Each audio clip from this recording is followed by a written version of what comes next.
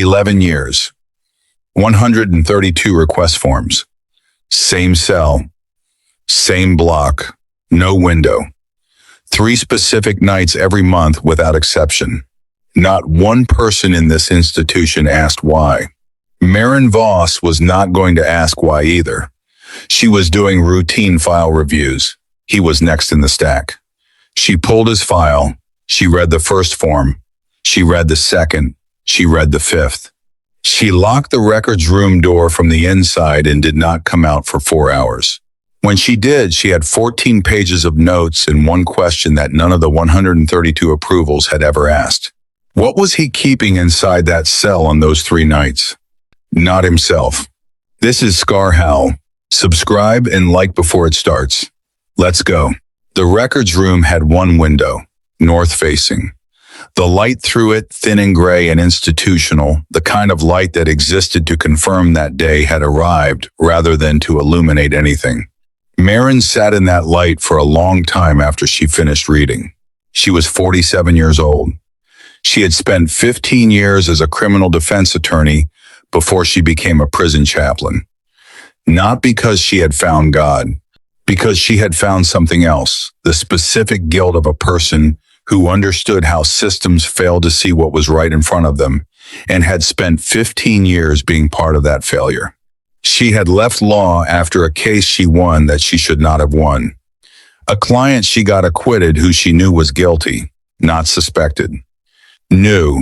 Had known from the 3rd meeting and had built his defense anyway because that was the job and she had been very good at the job.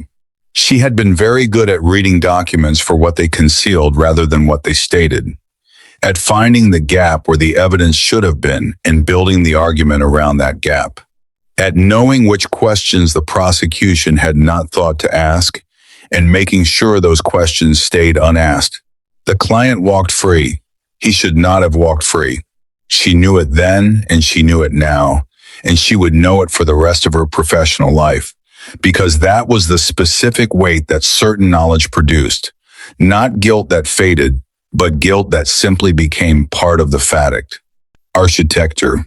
She became a chaplain because she wanted to be in the room where the system was forced to look directly at the people it processed, where she could not make the gap disappear by building an argument around it, where she had to sit with what was actually there and attend to it honestly. She had been doing that for 3 years when she found Elias Croft's file on a quiet Tuesday. She looked at the 132 forms spread across the records room table. 132 months, 11 years. Every single month, without exception, submitted on the 15th, approved within 48 hours, executed without comment. The approvals signed by 4 different administrators across the 11 years. None of them had flagged it. None of them had questioned it. None of them had sat with the forms long enough to notice what she had noticed in 20 minutes. Nobody asked about the ones who never caused problems. That was the system's failure. She had seen it 100 times in law. The ones who were calm and cooperative and precise, the ones who made no demands, filed no complaints, caused no incidents, became invisible. Their paperwork processed automatically. Their requests approved without scrutiny because scrutiny was reserved for the ones who created friction. Elias Croft had created no friction for 11 years. He had simply submitted his form every month. The same cell, the same block, no window, 3 specific dates. She gathered the forms into chronological order. She laid them in a row across the records room table. She looked at the dates from the oldest to the most recent, watching the 3-night window shift across the months with the specific precision of something running to a timing that did not drift. She opened the lunar calendar application on her phone. She checked the dates of the full moon for the past 11 years. She sat with what she found for a very long time. Then she picked up her notebook and began to write. She wrote until the light through the north-facing window shifted to the flat gray of late afternoon. She wrote through the shift change, the sound of it audible through the records room walls, the institutional rhythm of a prison moving from one phase to the next. She wrote until she had filled 14 pages, and the 132 forms were annotated in the margins with her small, precise handwriting, and the picture they made together was the clearest and most disturbing picture. She had assembled in 3 years of reading what institutional documents concealed. She looked at the picture. She locked the records room door from the inside, not because she was afraid of anyone finding her, because she needed the room to be still while she processed what she had found, because some discoveries required stillness before they could be carried anywhere. She sat with the 132 forms and 14 pages of notes and the lunar calendar still open on her phone, and she thought about a man who had been inside this institution for 11 years being calm and cooperative and precise. 11 years of submitting the same form. 11 years of the form being approved without question. 11 years of 3 specific nights in a cell with no window. She thought about what the cell was doing on those nights, what it had been doing every month for 11 years, what it had been preventing. She thought about the 1,200 people in this institution who had been sleeping in their cells on those 3 nights every month for 11 years without knowing what was in the building with them. Without knowing that the only thing standing between them, and it was a monthly request form that the system had been approving automatically because calm, cooperative, precise inmates did not get scrutinized. She picked up her pen. She wrote at the top of page 15, 8 days. 8 days until the next request was due. She was going to need to meet him first. She spent the following day reading everything the institution held on Elias Croft before she met him. 11 years of staff reports, every one of them consistent in their language to a degree that was itself notable. The kind of consistency that came not from individual assessment, but from institutional drift. Each new staff member absorbing the previous assessment and adding to it without re-examining its foundations. Calm, cooperative, precise. No disciplinary incidents across 11 years.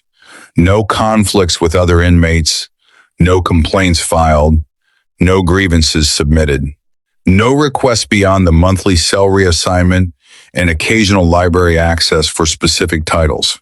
She noted the titles, all nonfiction, dense academic texts, evolutionary biology, animal physiology, behavioral ecology, the mechanics of biological transformation at the cellular level. Texts that the prison library did not stock and that had been ordered in specifically at his request across the years, approved each time by a librarian who had noted the titles without remarking on the pattern they formed together. She looked the titles up on her phone. She read the abstracts. She sat with what they told her about what Elias Croft had been trying to understand about himself across 11 years of institutional life. The specific curriculum of a person trying to comprehend something from the inside that had no external reference point to study from. He had no visitors, not one across 11 years. No correspondence in or out beyond legal mail in the first 2 years when the appeals process was still active. No next of kin listed on any document in the file. No emergency contact. No person anywhere in the institutional record who existed in relation to him outside the walls of this building. He had arrived alone. He had been alone for 11 years. In 4 years, he would leave alone. She sat with that. His crime, she read the charge sheet carefully. Twice, a series of disappearances in a remote northern rural area over 14 months before his arrest. 5 people across 14 months. Hikers, a farmer, a forestry worker covering land adjacent to a national park boundary. No bodies recovered. No confirmed cause of disappearance. No forensic evidence that met the threshold for a homicide charge. He had pled guilty to aggravated assault on a 6th person, a forestry worker who had survived an encounter on a trail north of the park boundary at approximately 2 a.m. The date of the encounter was in the file. She checked it against the lunar calendar. She sat with what she found. The survivor's account was in the file. She read it 3 times. The first time for the sequence of events. The second time for the specific language the survivor used, the careful, searching language of a person trying to describe something that exceeded the descriptive categories available to them. The third time for what the survivor did not say, and what that absence implied about what the survivor had seen and had decided not to put into a police statement. The original investigation notes were attached. She read those too. Unusual evidence at the scene's patterns in disturbed ground at several of the disappearance locations that the forensic team had documented carefully and then been unable to classify. Soil disturbance patterns inconsistent with human activity or any known large predator in the region. The forensic team had photographed them extensively and noted in their report that the patterns suggested the application of significant downward force across a large surface area in a configuration they did not have a reference category. 4. They had tried 6 different classification frameworks. None of them fit. Livestock losses at 4 farms surrounding the area across the same 14 months. Losses that had been logged separately by each farm owner and that had not been cross-referenced against the disappearances until the 8th month of the investigation. When someone had finally mapped them against the timeline, the correlation was immediate and clear and had been noted in the investigation file with the specific tone of a document written by people who were not sure they wanted to be writing what they were writing. Reports from neighboring properties of sounds in the night. She read the witness statements describing those sounds, all independently filed, all using consistent language to describe what they had heard. The same terms, the same qualifications, the same careful reaching for a word that none of them quite arrived at. She noted the word they were reaching for. She noted that none of them said it. All of it filed and closed when he pled. The system relieved to have a resolution, a guilty plea, a sentence, a case that could be archived without requiring a jury to hear the kind of evidence that investigation had been accumulating. Nobody asking the questions the evidence raised, because the questions the evidence raised were the kind that institutional frameworks did not have categories for. She closed the file. She looked at the calendar on her wall. 7 days. She wrote his name at the top of a fresh page in her notebook. She wrote one line beneath it. He pled guilty to protect the investigation from having to explain what it found. She looked at the line for a long time. She did not cross it out. She submitted a request for a pastoral consultation visit with inmate number 4471, C. Elias Croft. 11 years into a 15-year sentence, 4 years remaining. She had 7 days. The pastoral consultation room was small. 2 chairs, a table between them, fluorescent light above, no window. He had requested that specific room when the visit was arranged. She had noted that in the confirmation paperwork. Not the standard consultation room with the window overlooking the exercise yard. The interior room. No window. Even for a 40-minute pastoral visit on an ordinary Wednesday morning, she noted it. She filed it with everything else she had been filing since the records room. Elias Croft arrived before she did. He was already seated when the officer brought her in. Broad in the way of someone whose size had settled into them slowly and completely, the density of it distributed differently from how a man, his height, should carry it, the weight forward in his posture, hands flat on the table in front of him. Dark hair, longer than the standard institutional cut, a close beard, dense. Skin weathered from years of outdoor exposure that the 11 years of institutional life had not fully erased the kind of weathering that went deeper than the surface, absorbed into the structure of a person. His eyes were the details she wrote about first in her notebook afterward, a color she could not immediately classify.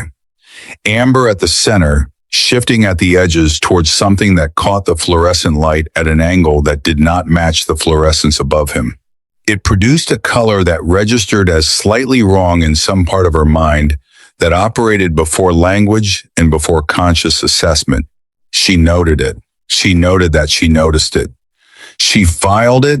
He looked at her when she sat down with the specific attention of someone assessing rather than receiving, taking in the notebook already open on the table, the pen already in her hand, the 15 pages of notes she had made before walking into this room. She introduced herself. Name, role, the routine nature of the pastoral welfare visit.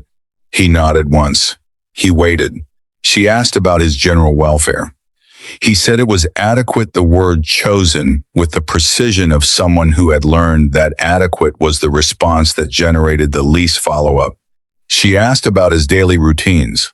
He described them, the schedule of a man who had organized 11 years of institutional life with the efficiency of someone who understood that structure was the container and the container was the point, wake time, meals.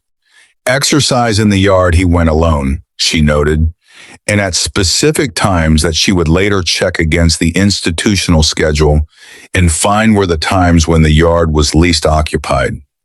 Reading. The educational programs. Lights out. Clean. Precise. The daily architecture of a person who had built 11 years of institutional time around a set of requirements that the institution did not know it was accommodating. She asked about his reading. The academic texts he had been ordering through the library system. A pause. Brief. The pause of a man selecting what to offer. Research, he said. Into what specifically? He looked at the table for a moment, then at her. Physiology. Biological systems under stress. The mechanisms of involuntary change at the cellular level. She wrote it down. Her hand steady. Involuntary change in what context? He looked at her notebook. At the 15 pages she had filled before walking into the room. At the additional pages she was filling now, the pen moving, in the steady automatic way of someone who had been taking notes for long enough that the process had become a reflex. You ask better questions than the investigators did, he said. She looked up. He was watching her face with the focused attention of someone reading her, rather than listening to her. The attention of a man who had been in a room with a great many people across 11 years and had learned to distinguish between the ones who were present and the ones who were performing presence. She did not react to that. She let it sit in the room. The room held it for a moment. Then she asked about his participation in the educational programs. He answered precise, minimal, giving her the exact information the question required and nothing adjacent to it. She asked about his relationships with other inmates. He answered the same way. He had no conflicts, no close associations. He existed in the institution the way something existed that had learned to take up the minimum necessary space. Present, functional, invisible to everything that was not specifically looking for it. She asked if there was anything he needed from the pastoral office. He said there was not. She thanked him for his time. She stood. At the door she stopped. She turned back. The monthly request forms, she said. He was very still. Not tense. Not alarmed. The stillness of a man who had been anticipating a specific event for 11 years and had arrived at a state of readiness for it that looked like calm from the outside. I've been reviewing long-term administrative files, she said. I noticed the pattern. A long pause. Not a selecting pause. A different kind entirely. The pause of a man who had been waiting 11 years for someone to say this and was not certain, now that the moment had arrived, that he was ready for what came after it. That the readiness he had cultivated for 11 years was actually readiness for this and not merely readiness for the idea of this. How long did it take you? He said. 20 minutes. Something shifted in his expression. Not relief, not alarm. Something more precise than either the specific recalibration of a person who had believed themselves invisible and has just been told they were not. The specific quality of a person who has spent 11 years in a room with a secret and has just discovered that the room had a window they did not know about. Nobody noticed for 11 years, he said. Nobody was looking. He looked at his hands flat on the table. Are you going to report it? She looked at him for a long moment. The fluorescent light above them, the room with no window, the 15 pages she had filled before walking in, and the pages she had filled during the 40 minutes since. I don't know yet, she said honestly. She left. She walked down the interior corridor and through 2 security doors and out into the parking lot and got into her car. She sat in the car for 40 minutes without starting the engine. She was a 47-year-old woman who had spent 15 years building legal defenses for people she sometimes knew were guilty, and 3 years sitting in rooms with people the system had processed and attending to them. Honestly, she had developed across those years the specific capacity of a person who has learned to be present with difficult truths rather than managing them from a distance. She was having difficulty being present with this one. Not because it was incomprehensible, because it was comprehensible. Because the documents she had built and the evidence she had mapped and the patterns she had identified across 4 hours in a records room on a quiet Tuesday was entirely legible. It pointed clearly and completely in a single meter. Direction without remainder, the way the best evidence always did. She had been on the right side of that kind of evidence and the wrong side of it across 15 years. She knew which side she was on now. She sat with it for 40 minutes. Then she did something she had not done since she left law. She began building the case in her notebook in the careful sequential language she had used for 15 years because organizing it was the only way she knew to carry it. She drove home. She made tea she did not drink. She sat at her kitchen table and opened her notebook to page 16 and began to write. She wrote until 2 a.m. When she finished, she had 22 pages and the beginning of an understanding of what she was going to have to do. She spent 3 days building the full picture. She did not go back into the institution during those 3 days. She worked from the documents she had photographed on her phone during the records room session and the notes she had made and the files she had been authorized to access as part of the pastoral welfare review. She cleared her desk. She put everything else on the floor. She worked from her notebook and her phone and a legal pad she found in the bottom drawer that she had not used since leaving law. Old habits. She mapped every request form against the lunar calendar. Every single one of the 132 forms plotted against the month's full moon, the relationship between the 3 requested dates in the lunar cycle visible immediately once she had laid them out in sequence. The dates were not approximately aligned. They were precisely aligned within 1 day of the specific lunar phase every single month for 11 years, with the drift accounted for by the small adjustments she could now see in the forms. The dates shifting by 1 day every few months, with the regularity of someone who had been tracking the calendar carefully and adjusting accordingly. He had been doing the lunar calculation himself, every month for 11 years. She sat with that. She researched the dates of the original disappearances from the investigation file against the same calendar. They aligned. She pulled the livestock loss reports and mapped those against the lunar timeline. They aligned. Everything aligned. Every disappearance, every livestock loss, every request form across 11 years. All of them clustering around the same 3-night window each month, with the precision of something running to a timing that did not drift and did not vary and did not negotiate with any variable except the moon. She built a document, 6 pages, parallel columns, every data point mapped against every other in the careful sequential structure she had used for 15 years to build cases from evidence. She knew what it meant when every variable converged on a single explanation without remainder. She had been on the right side of that convergence and the wrong side of it across 15 years of legal work. She had built arguments around it, and she had helped juries not see it, and she had won cases where the convergence had been pointing at her client, and lost cases where it had been pointing at the prosecution's argument, and she had always known which direction it was pointing, regardless of which side she was on. She followed it now. She sat with the document for a long time. Then she turned to a fresh page and wrote at the top in her clearest, most deliberate hand, "He requested the interior cell because on those 3 nights the interior cell has no window. A cell with no window cannot be seen into from outside. A cell with no window cannot be seen out of from inside. The request is not for his comfort. The request is for containment." She underlined containment. She sat with the word, not the clinical term, what it implied.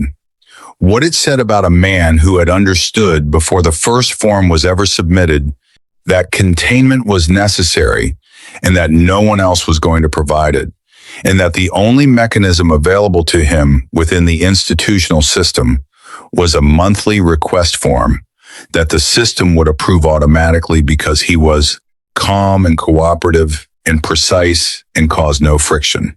He had built his own containment, month after month, year after year, for 11 years.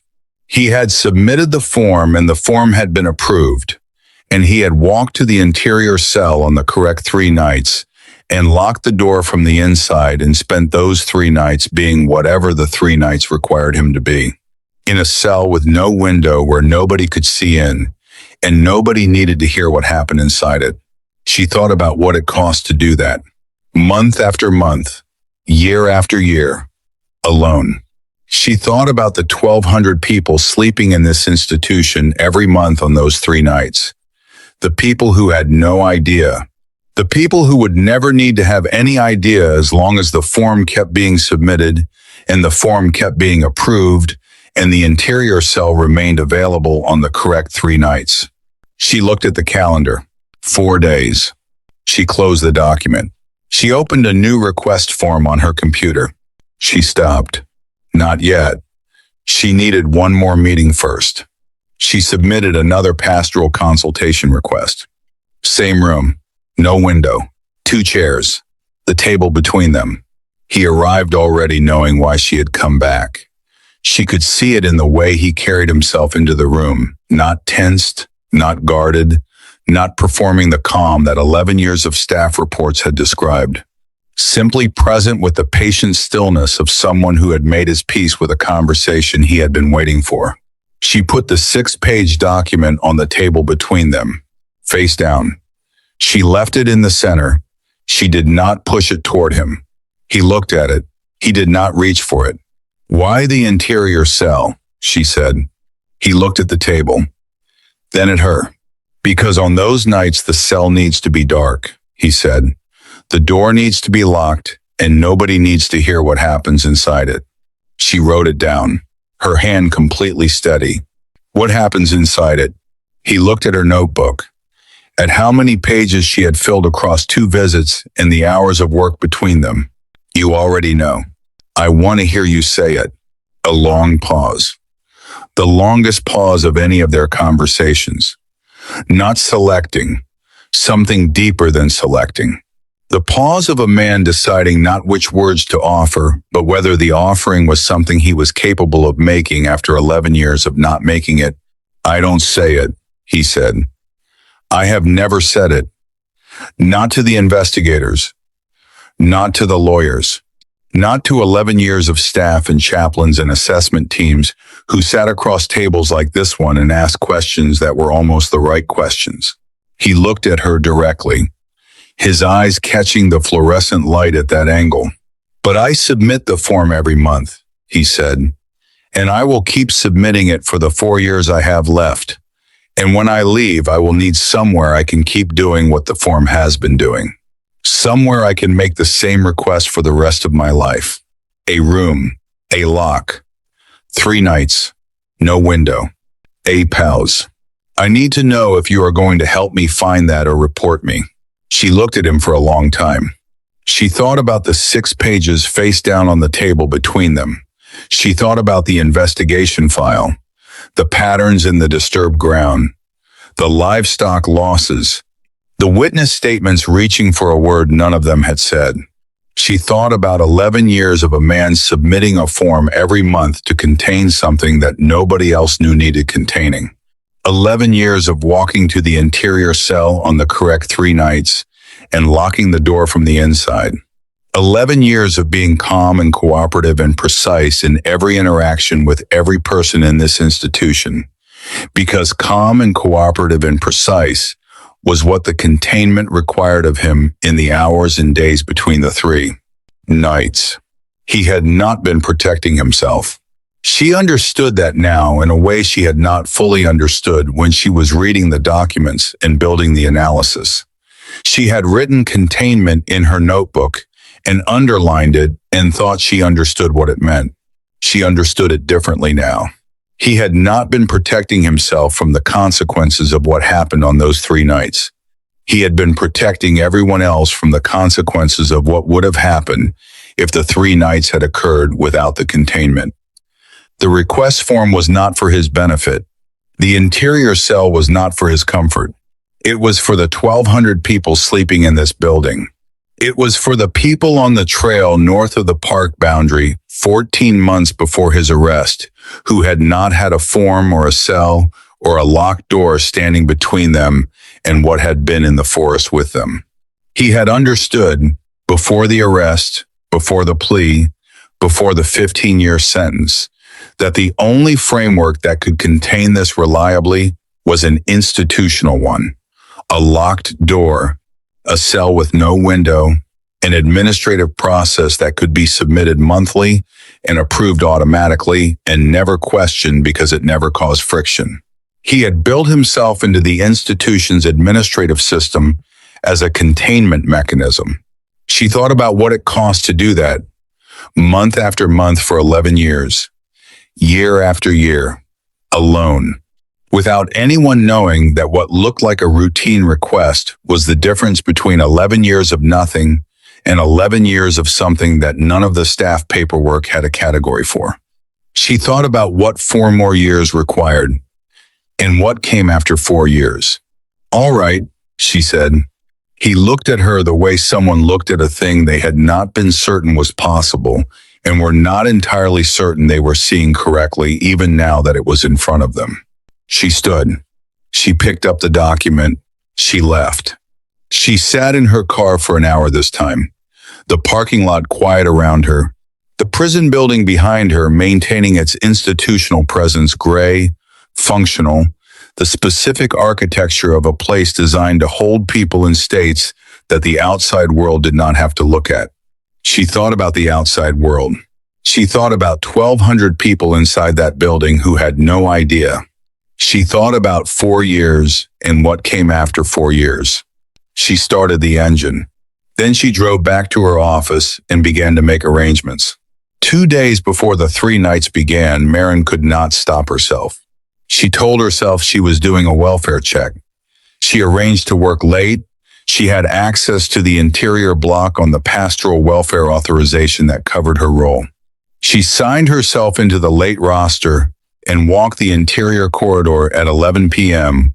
on the first of the 3 nights, with her notebook under her arm and her access card on its lanyard, and the specific quiet determination of someone who understood that what they were about to do was not part of their job description and was doing it anyway because not doing it was not something she was capable of. She had spent 3 weeks trying to be capable of not doing it. She had reviewed the professional risk carefully. She had thought about the institutional framework she operated within and what it would make of a chaplain standing outside an inmate's cell at 11 p.m. on a night she had arranged to be in the building specifically for that purpose. She had thought about the document she was building and what it would mean if the document was ever read by someone who had also read her late sign-in logs from this week. She had thought about all of it. She had signed herself into the late roster. Some discoveries had their own gravity. She had learned that in law, and she had tried to forget it when she became a chaplain, and it had turned out to be the kind of thing that could not be unlearned. The interior block ran quieter than the general population corridors at night.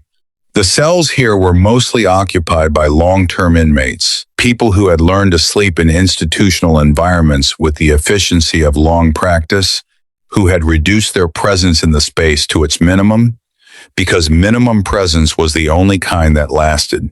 The ambient sound of the block at 11 p.m. was the sound of the building itself, the ventilation system cycling, the distant sound of the perimeter monitoring, the specific acoustic quality of a space that had been built to contain and had been containing for a long time. She walked the corridor. The fluorescent lights ran at reduced intensity during the night hours, enough to navigate by, not enough to read by, the specific institutional half-dark of a building that never fully went to sleep and never fully came awake. The corridor was empty. She passed 4 cells before she reached his. 3 of them had the low sound of sleeping occupants, the ambient biological sound of people present and unconscious. The 4th was silent. She stopped outside his cell. The door was solid. No viewing panel on the interior block cells that was part of what the cells offered and part of what he had been requesting for 11 years. No way to look in from the corridor. No way to look out from inside. A cell sealed from the world in both directions. The only record of what happened inside it on those 3 nights was whatever she was about to make. She stood with her back against the wall of the corridor opposite his door. She opened her notebook. She held her pen. She listened. For the first 9 minutes, there was nothing. The building sounds, the ventilation, her own breathing, which she was controlling with the deliberate attention of someone who understood that the quality of her listening depended on the quality of her stillness. The corridor completely still in the reduced fluorescent light. Then something changed. Not loud, not sudden, not violent in any of the ways she had prepared herself for violence. A sound that began at the threshold of perception and built slowly, not in volume, but in quality. A sound that her ears received and her mind could not immediately categorize, because the category it required did not exist in her prior experience. Organic, but not quite. Biological, but not classifiable within any biological reference she had access to. A rhythm to it that was not the rhythm of a person. Not breathing. Not movement in the human sense of movement. Something that incorporated both of those things but could not be reduced to either of them. A sound that her body responded to before her mind had finished processing it. The specific response of a nervous system encountering something it has no framework for and defaulting to stillness. The old response.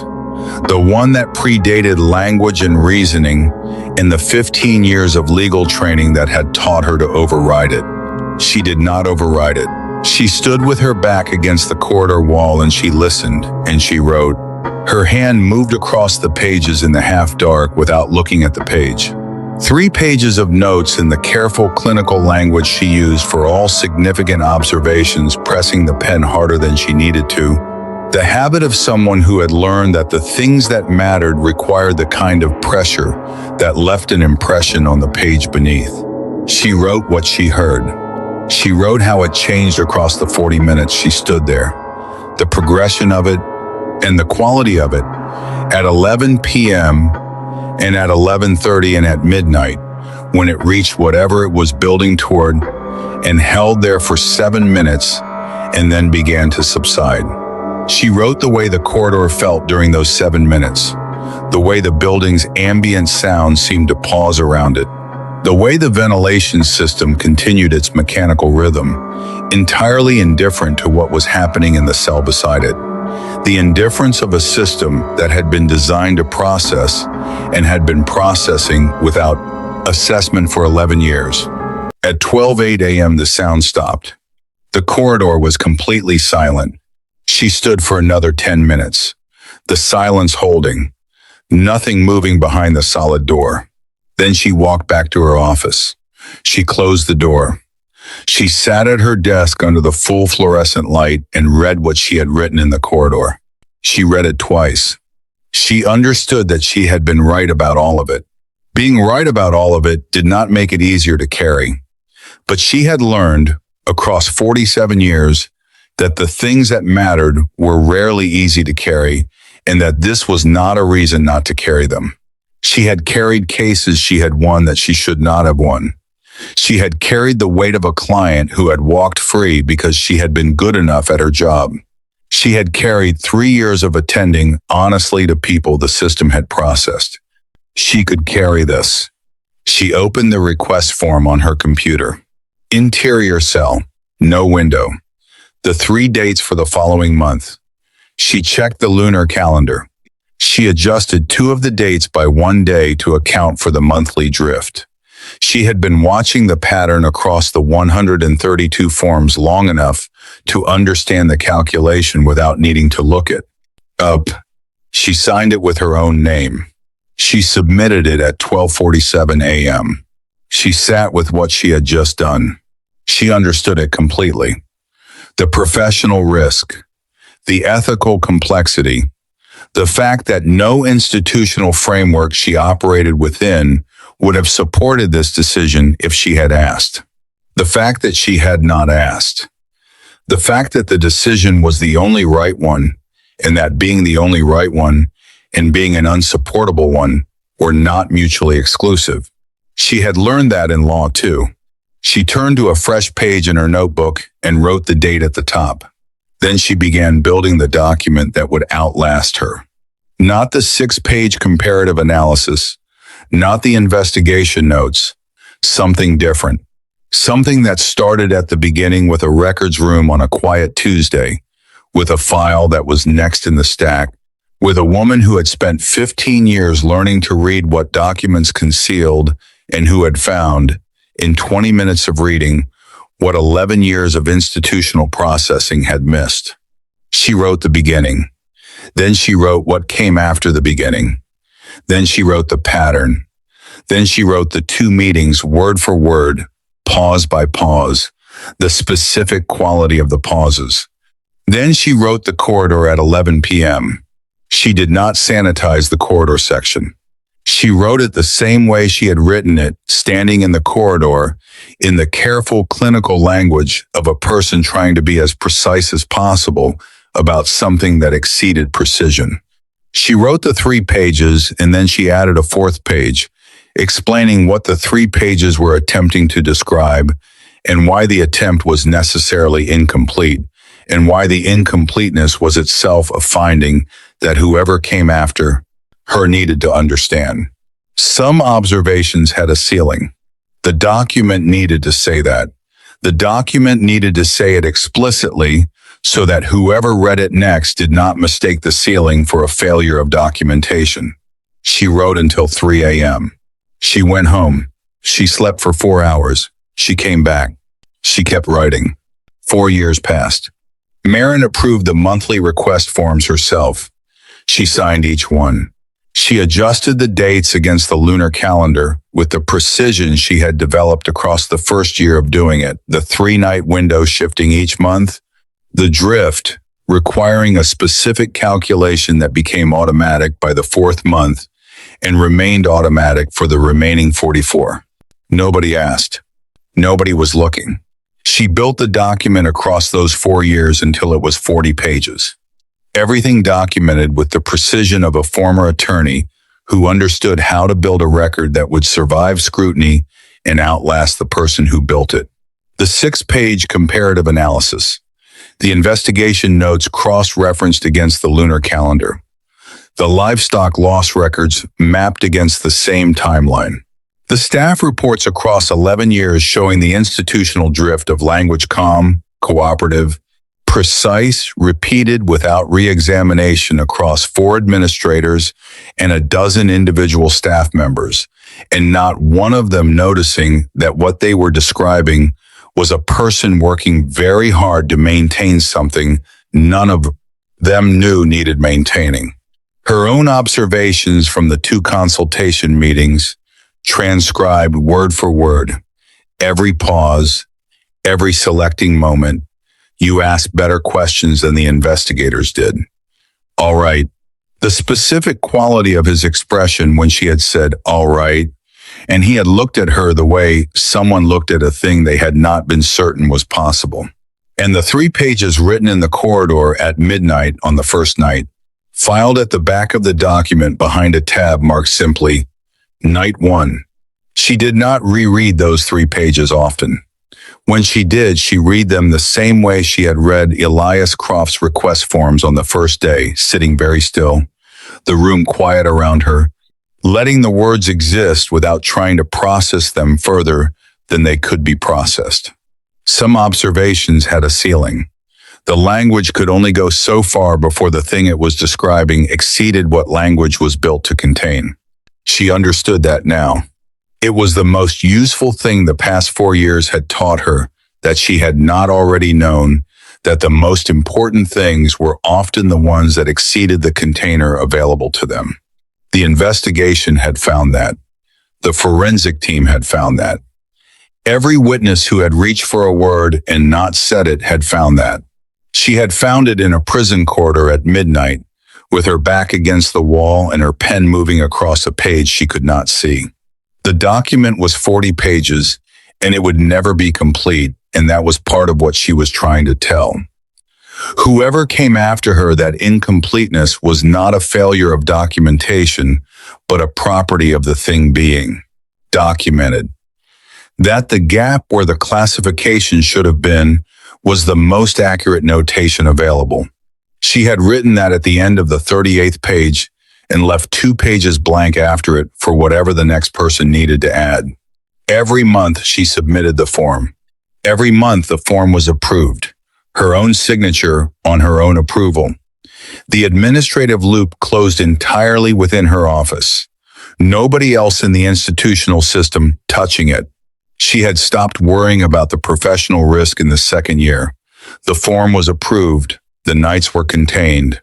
Elias Croft remained calm and cooperative and precise and caused no friction, and the institution processed him the same way it had always processed him without looking. On the morning 2 weeks before his release date, she requested the final pastoral consultation. Same room, no window. He looked different from the first meeting 4 years ago. She had expected older, the visible accumulation of time that institutional life produced on a person's face.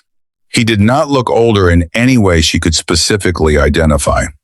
He looked settled in a way that was different from how he had been settled then. The settledness of someone who had spent 4 years knowing that the monthly form was being approved by someone who understood why. The specific settledness of a person who has not been alone with something for the first time in a very long time.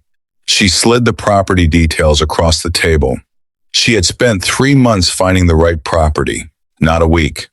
3 months of searching through rural listings in northern regions, eliminating everything that did not meet the specific requirements, the wall thickness, the window placement, the distance from neighboring properties, the accessibility of the road in winter, the interior room configuration.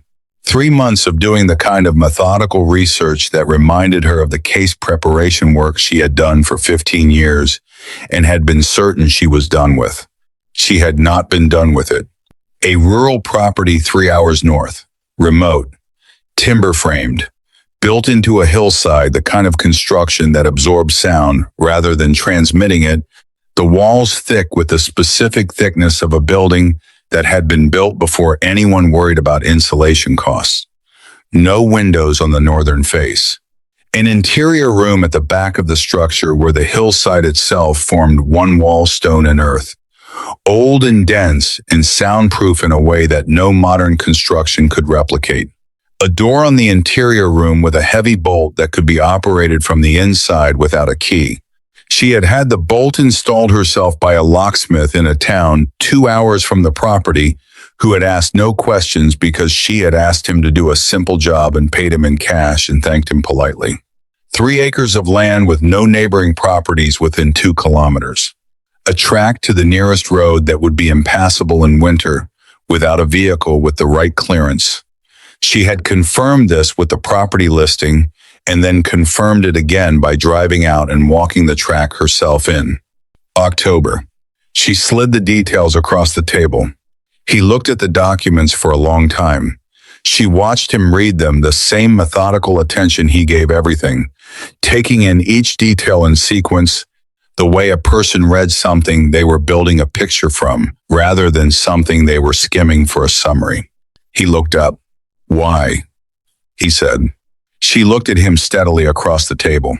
Because on those nights the room needs to be dark, she said, and the door needs to be locked, and nobody needs to hear what happens inside it. His own words. Returned to him across the same table in the same room with no window 4 years after he had first said them. He looked at her for a long time. The room was very quiet. The building around them running its processes, the ventilation, the monitoring systems, the administrative machinery of an institution that had processed Elias Croft for 15 years without understanding what it was processing. Something in his expression she did not have a word for. Not gratitude, something older than gratitude and less social. Something that did not have a form because it had never had occasion to develop one. The specific expression of a person who has been alone with something for 15 years and has just been told for the second time that they are not alone with it anymore. He nodded once. She stood. She extended her hand. He took it. His grip was controlled, deliberate, brief. The grip of someone who had spent 15 years being very precise about how much force they applied to anything, who had understood that precision about force was not a personality trait, but a necessity, built into every interaction across every day of 15 years. The containment operating not just on 3 specific nights, but in every handshake and every doorway and every moment of proximity to another person. She felt the grip for several minutes afterward. She left the consultation room. She walked back to her office. She sat at her desk. She opened the document, 40 pages, and added the final entry. The date, the property address, the specific details she had confirmed in person, the wall thickness, the interior room configuration, the bolt on the door, the track that would be impassable in winter, the distance to the nearest neighbor, the confirmation that the containment would continue beyond the prison walls into a structure she had spent 3 months finding and had personally verified was adequate. She signed her name at the bottom of the final page. She pressed harder than she needed to, the way she always pressed harder than she needed to when she was writing something that mattered. The habit she had carried since law school and had never broken the evidence of a person who understood that the things that mattered required the kind of pressure that left an impression on the pages beneath. She closed the document. She opened it again to the first page. She added one line at the very top, above the title, above the date, above everything else she had built across 4 years. For whoever reads this next, the request must be approved. Every month, without exception. You do not need to understand everything in this document to understand that. Approve the request. She underlined it twice. She closed the document. She looked out the window at the prison yard gray, institutional, the specific light of a place designed to hold rather than illuminate.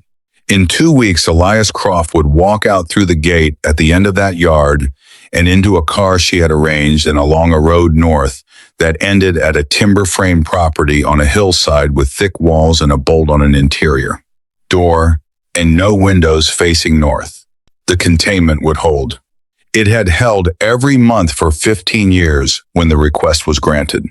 It had held through 4 administrators and a dozen individual staff members, and 1 chaplain who had found the pattern in 20 minutes on a quiet Tuesday and had made a decision that no institutional framework she operated within would have supported and had lived with that decision for 4 years and would live with it for however many years remained. She was comfortable with that. She picked up the next file from the stack on her desk. She opened it. She began to read. Outside the window, the prison yard held its gray institutional quiet, the building around her running its processes, the ventilation, the monitoring systems, the administrative machinery of an institution that processed 1,200 people and their paperwork and their histories with the efficient indifference of something that had been built to function rather than to understand. The institution had not understood Elias Croft. It had processed him. It had approved his forms. It had housed him in the interior cell on the correct 3 nights for 11 years, without once understanding what the forms were for, or what the cell was doing, or what the 3 nights required of the man inside it. The institution had not understood, but it had approved the request. And the approval had been enough. It would keep being enough. She thought about the 1,200 people in this building right now, the people sleeping in cells on ordinary nights with no idea what had been in this building with them for 11 years. No idea what the monthly form had been doing, no idea what the 3 nights had been about, or why the interior cell mattered, or what would have happened if a single administrator had missed the approval window once. They did not need to know. Some things did not need to be understood. They needed a room with thick walls and no window facing north, and a bolt on the door that operated from the inside, and someone willing to approve the request every month without asking why. She had been willing. She would make sure someone after her was willing too. She turned the page. She kept reading. Outside the window, the gray institutional light held the prison yard in the specific stillness of a Tuesday afternoon flat, unchanging, the light of a place that did not offer anything warmer. In 2 weeks, that yard would receive 1 less person and send him north toward a hillside property and an interior room and a bolt on a door and 3 specific nights every month for the rest of his life.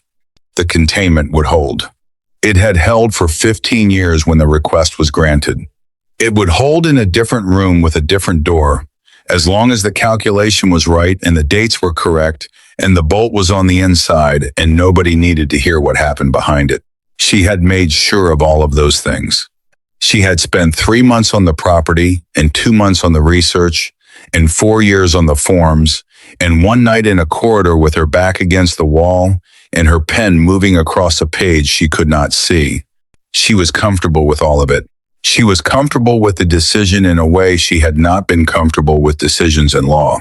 The decisions in law had always carried the specific discomfort of someone who understood they were operating inside a framework that was not designed to reach the correct conclusion, that was designed to reach a conclusion according to a procedure, and that the procedure and the correct conclusion were related but not identical, and that she had spent 15 years working in the gap between them.